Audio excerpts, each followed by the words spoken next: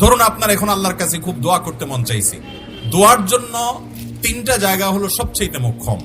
আল্লাহর সব খুব কাছাকাছি গিয়ে একেবারে প্রত্যক্ষভাবে আল্লাহর কাছে কিছু চাইতে চাচ্ছেন, তিনটা সুযোগ আছে।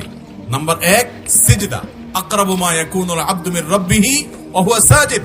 বান্দা সবচেয়ে আল্লাহর নিকটে যেতে পারে কখন? সিজদা যাওয়ার মাধ্যমে।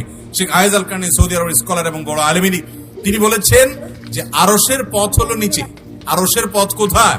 নিচে, অর্থাৎ সিজদা দেওয়ার মাধ্যমে। আপনি আরশে যেতে চান, তাহলে সিজদায় লুটিয়ে পড়েন। আল্লাহর খুব নৈকট্য অর্জন করার, আল্লাহর খুব কাছাকাছি যাওয়ার সুযোগ হলো সিজদা।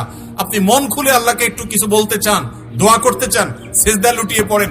নামাজের বাইরেও সিঙ্গেল সিজদা দেয়া যায়, আল্লাহু আকবার বলে সিজদা দেন, দিয়ে এবার মন খুলে আল্লাহর কাছে আপনার মনের চাওয়া পেশ করেন, এরপরে আপনি উঠে যান।